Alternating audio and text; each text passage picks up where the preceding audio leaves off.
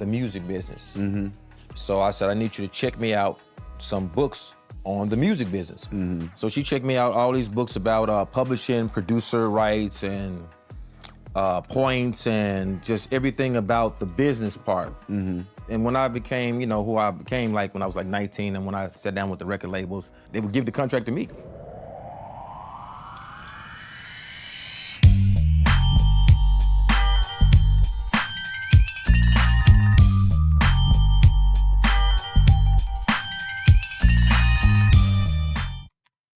Yo, welcome up here, fan crew. It's your boy here, dig. Hey man, hope everybody blessed tonight. Today I got a nice little interview right here for you with Wiz Khalifa featuring Juicy J. They discuss music, mental health, and parenting. Looks like the producer on this video is Spring Hill. They got over 54.8K subs. Yeah, dig.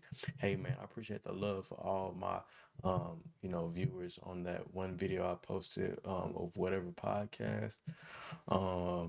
Man, that clip going crazy, bro. Like, I appreciate y'all, man. I think that I'm really starting to put my foot in the algorithm, you know what I mean? Like, I'm playing it up in that thing, you feel me? I'm coming in there like swimwear. But without further ado though, man, let's go ahead and get into the interview. And yeah, man, let's see what they got going on.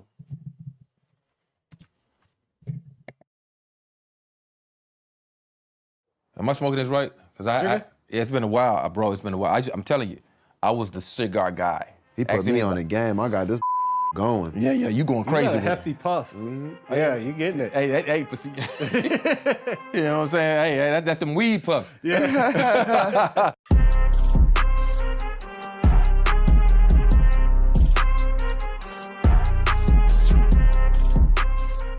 Gentlemen, welcome. Thank you for having me. Thank you, bro. Appreciate it. Yeah. What's up, man? My name is Josh. I'm here to teach you the fine art of rolling a cigar today. So we're gonna get into some of the tobacco leaves and the different flavors and styles. I'm gonna let you guys start with your filler leaf and start getting those together. I'm gonna step off and let you guys enjoy the art of rolling a cigar. He only smokes weed. He don't smoke cigars. I smoke cigars. I'm messing with you. I smoke single weed.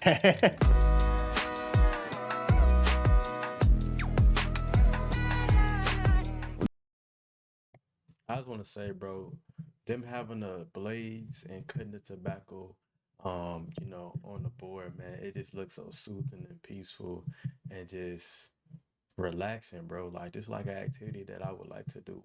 Somebody come do it with me, bro. Like, we got to go do it, man. Like, I don't care. We can roll up a cigar. We ain't even got to smoke them if you don't want to, but it just looks relaxing. It sounds interesting. I like the breakdown of this type of stuff, man. It's like arts and crafts, you know what I mean? Yeah. Juicy, how old was you when you first started making music, bro? 13 years old. At that point, I was trying to play my granddaddy's piano. He would always be like, boy, get your ass up there. And I used to always tell him, I used to be like, but I gotta be on the piano. He's like, why? I said, I gotta get ready. Like, ready for what? I said, man, I'm finna be rich, famous. I'm finna have 2 girls living with me. Yep. I always felt that, I was gonna be great in music. And I was telling myself, like, I gotta practice. Yeah. But he was always like, get off the piano. Him and my mama. Get off that piano, Jay. Get off that piano. What about you? I tried playing guitar. Like, my dad would sign me up for little lessons and but he wasn't going with me, so I was like, that. But when I started writing and like being in the studio, I was like 13, 14. And I told my dad that I wanted to record music. And he was like, all right, cool. So he opened up a studio, and that's where I started recording my first records and shit like that. Go dad. Spam a like for dads out there, bro, who support their kids, bro, and be there and support their dreams, bro. That's big, fam. But to have somebody support your dreams, now look at him. He rich. Got a bag. Living great. You feel me? Probably all started because of dad got that studio, man. Let's get back to it. I was like 13, 14. I ain't gonna lie, my mom saved my life. Rest in peace. She saved my life because when I was 13, she worked as a librarian, and I told her, I said, I want to know everything about the music business. So I said, I need you to check me out some books on the music business. So she checked me out all these books about publishing, producer rights, and points and just everything about the business part. And when I became, who I became, like when I was like 19, and when I sat down with the record labels, they would give the contract to me. That's crazy. It wasn't because of her. I've been an idiot. I probably said, yeah, how much you want to give me? $20,000, you can have everything. You know what I mean? There's dudes who still don't know that stuff. You know what I'm saying? Right now, to this day, like, they don't even think that it's important to know that stuff. Yeah. So walking in the game, I mean, that just goes to show why you've been here for, the amount of time. And it's like that you made what you made out of this. Who was like your most early inspirations in music? Like, I used to watch this TV show called Sha Na Na. That was the first TV show I watched that really got me inspired in music.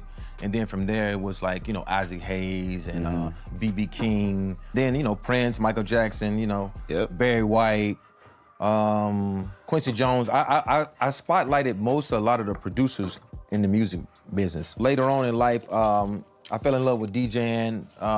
I saw Grandmaster Flash and Herbie Hancock, and Jazzy Jeff was one of my favorite DJs, and this other guy from Philly named Tat Money. They had a Philadelphia crew like Steady. Grandmaster Flex and Jazzy Jeff, like, yeah. I think Jazzy Jeff worked with Will Smith. He known for that as well, working with Will Smith and stuff. Grandmaster Flex, I heard about him. I think he's supposed to be some iconic dudes with that, that production stuff, man, when it comes to that music, they was pretty cool for their time period. But yeah, bro, like, look at they lives, like, especially UCJ's, like, me, like, I admire life. Like, look at my hair, it makes sense, right? Like, bro got like this kind of like this Rasta kind of look, you know what I'm saying? Like pent up, but it looked like neat and unique in its own way. You know what I mean? Like I could tell like he and his kind of creative vibe type of mentality and mindset. Like look at him, like look at his drip from his shirt to the way he put the glasses on, you know what I'm saying, wigs too. Like his locks have evolved a little bit. He kind of got like that South Florida, like almost like those, what do they call them, Kodak them had them, Jay-Z got on right now, Wicks. They kind of like the Wicks, but like they just all skinny and about the same size as mine when I take my hair down out this style. And like, they just got their own aura and vibe to them, you know what I'm saying? These individuals, like you can just tell. And it's probably just, their aura is probably just emanating in that room right now where they in there just, you know what I'm saying? Mess with their cigar and stuff like that. This type of lifestyle that I want to live. Like, just seeing different places, experiencing different things such as this, maybe painting silk with chocolate, you know what I'm saying, stuff like that. And but like, yeah, this is like an activity that I'm definitely not to do, bro. Like, I don't know, bro, it's just calling my name, bro. What do y'all think, fam? It's something that y'all would do in y'all spare time if y'all have the time and y'all old enough to smoke and stuff like that. Would y'all be down to do something like this? Let me know. You know what I'm saying? That's hard. So Wiz, what were some of your challenges you had when you first got started? Most of my challenges coming up was probably just being from Pittsburgh. That was a place that's not really known for music. Just like you said, the DJs and the producers and things like that you were interested in. Yeah. I was getting put onto them through your music. So I would find out about old school records or samples or things like that from things that y'all would produce. So it really like helped to like diversify my ear, but just having that eclectic ear and not really having an identifiable sound. I think that was the main part that was the most difficult for me at first, was just finding that identity for real. Would you say it was difficult for you around that time too? I was having a hard time trying to get my identity together, I had my flow, I had my production, I had my, my songwriting or whatever I was doing, but like my identity, I want people when they see me, I want people to say, okay, that's Juicy J, So I would wear cowboy hats and, I used to dress, robe sometimes, shades, teeth, just to have my own identity. Because at first I felt like I didn't have my own swag sauce. I felt a little bit more confident. That's something that my homie, me and him discussed like a while ago, like months ago, right? I say within the last 6 months to a year, he is in the music industry. He goes by HBN, and some of his music is gonna be in some of my videos coming out sooner. We have made, collab videos together, spitting game, giving out young men gems and stuff like that, life experiences, stuff like that, right? Um, he is an artist and he discovered, kind of like his sound, his musical identity, whatnot. And that's like a great breakthrough. That's a tool that you gonna need. You know what I'm saying? You gotta sharpen that axe. Just like with this YouTube stuff. I want to sharpen my axe with this stuff. I'm started this, stop, started this, stop, started this, stop. You know what I'm saying? I actually want to see it go somewhere. I actually want to get somewhere with it and see what it can do for me, and see if I can not see if I can, but like see what type of audience that I can bring in, and figure out the algorithm. You know what I mean? I think I'm getting my foot planted in the algorithm. Another thing, I appreciate you guys for rocking with me with that one video I released. I got over about 1.2K views on it. It was like a whatever podcast clips. I chopped them up, reposted them. You know what I'm saying? So like a thumbnail on it. It did pretty good. You know what I'm saying? But let's see where we can take this thing. You feel me? Let's get back to it. Yeah, dig.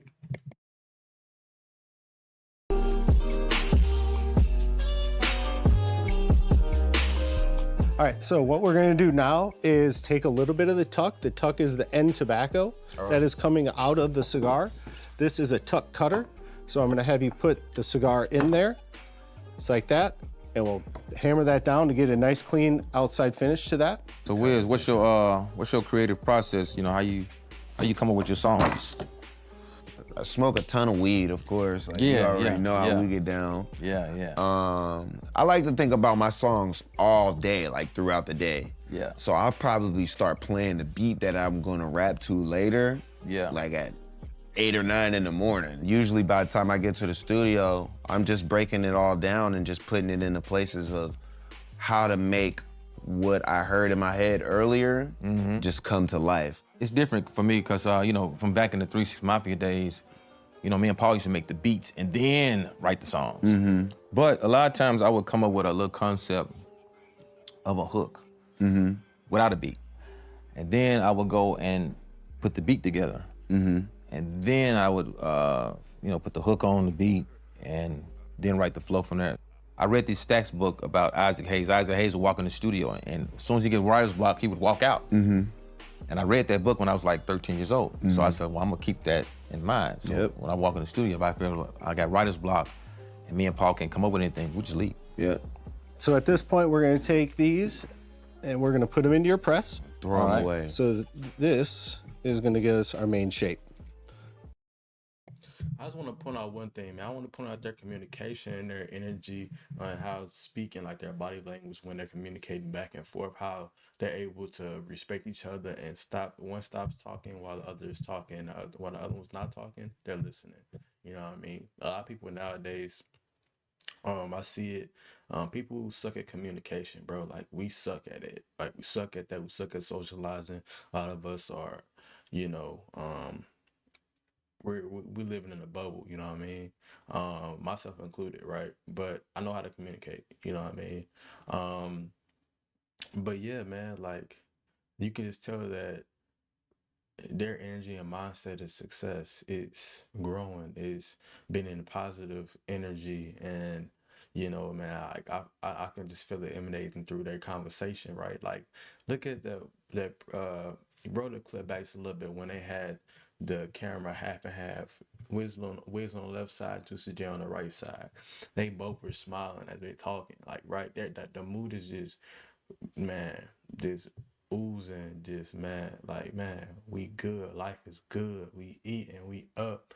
Ain't nothing to be mad about, right? Um, that's what everyone should aspire to. That we should all aspire to have that level of happiness within ourselves, because it's not just gonna come from money. It's gonna come from how you live your lifestyle, how you think of yourself. You know what I'm saying, mentally and stuff like that. I was reading a book today called Three Magic Words that my dad gave to me. It was probably the best book, um, or the best gift, I should say, that I've gotten from him thus far. Right, it's right there. Three Magic Words by U.S. Anderson. It just talks about the creative mind and your conscious mind and your subconscious mind. Your subconscious mind being the king, and what your subconscious mind thinks is what happens and what is projected into your reality, and how it's always recording, even now, like this camera right now recording my conversation, going straight to you, the viewer. You know what I mean? So, but yeah, enough of my rambling, man.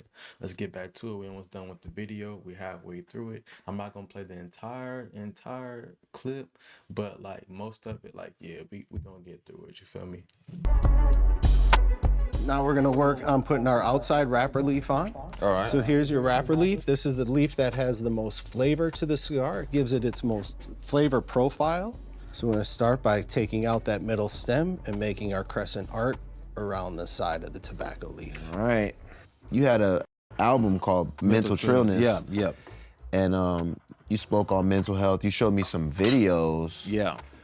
that were really, really dope and like insightful on mental health. So can you speak on how you maintain a positive outlook and just strong mental health? Or if you do, are you going crazy out here?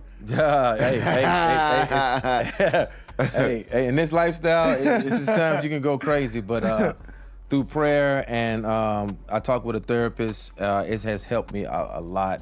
You do therapy? Yeah. That's dope. Would you like suggest therapy, or is it like it works for you and it's like that's my thing?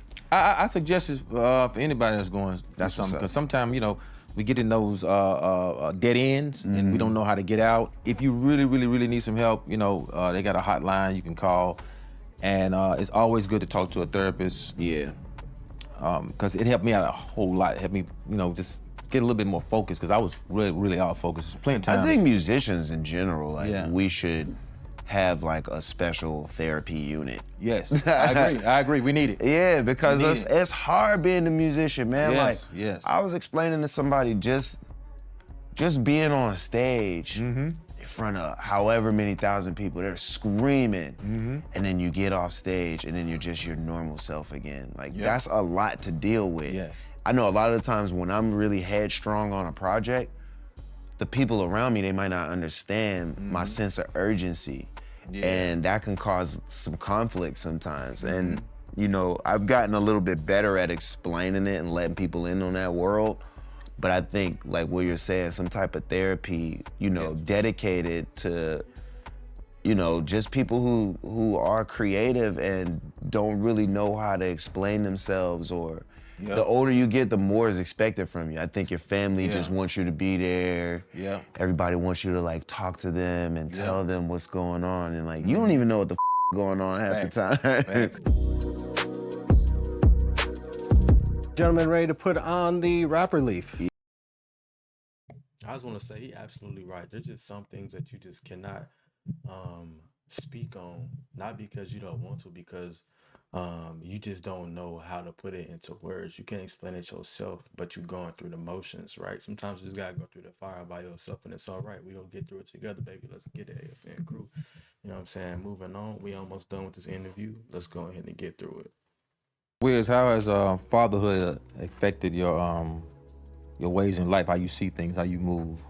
I think for me, fatherhood, bro, like, it's my favorite thing to do, and it's the biggest surprise for me too, because doing music and being so passionate about music, I always thought that I was just a musician and that was like my purpose in life, and like that was what I was supposed to do. But having a kid and going through the stages of life with him and guiding him, it just showed me how much more important that is than anything else, bro. Like, how about you? Because I know your babies are getting older too. Yeah, same way, bro. Like when I had my two kids, when I first had my daughter, that was like a life-changing situation. And then I had my son, I was like, man, this like everything else, you know what I mean? Yeah. Like, you know, I'll make those studio times, I'll be at that show, but that ain't what it's all about, you know? So now I don't give a about nothing else. I'm just being real, but my family, bro, and my friends and God, and just having a peace of mind, you know what I mean? Yep. Like everything else, because, you know, we gonna make money, we gonna party and kick it, but like That's the meat and potatoes. You know what I'm That's saying? it, bro. All right. We rolled the hell out of these. Yeah, right. I wait for you to slide some Khalifa cushion now. That's good. So now we're gonna put these into the press, and after this step, a cigar will stay into the press for about 3 months before it's actually in its proper smoking condition. Wow, 3 months. Okay. So if you gentlemen would like, I have some nice fresh hand-rolled cigars if you would like to enjoy one while you finish the rest of your conversation. Yeah, for sure. Yeah. Let's go. Who's somebody that you want to work with that you haven't worked with, old or new? Quincy Jones, which I met Quincy Jones. I actually had Christmas dinner with him. But we never like did music together. But I would like to work with Quincy Jones, Lionel Richie. I mean, we can go for days, bro. Lionel's tight. You know what I'm saying? Man, anybody from the Stax era, the Motown era, and as far as like somebody like new, We gonna end it on that note, y'all. Man, again, this was Wiz Khalifa and Juicy J. They discuss, music, mental health, and parenting. Also, this is a pretty good interview, man. Both these gentlemen have been very successful in their own right. And man, I bumped them a lot as a kid, bro. A lot, man. Like I'm talking about the early 2000s to early, you know what I'm saying, 2010, 2009, stuff like that, bro. Like Juicy J, Project Pat, Lace Luther, you know what I'm saying, Wiz Khalifa, and Spitter, you know what I'm saying, Currency, bro. Them my dogs, man. They still my dogs to this day. But big shout outs to them. And I would love to meet these two in real life, man. But hey, I appreciate the support again. My other video with whatever podcast, it really, man, means a lot, bro. Like that video did really good. I'm gonna figure out the method to get this stuff down for y'all, man, and create a awesome audience, organic, real subs, real likes, real comments, real suggestions, and implementing all this stuff, bro. Being the best creator I can be and staying consistent, man. Let's get to it. No more to be said, bro.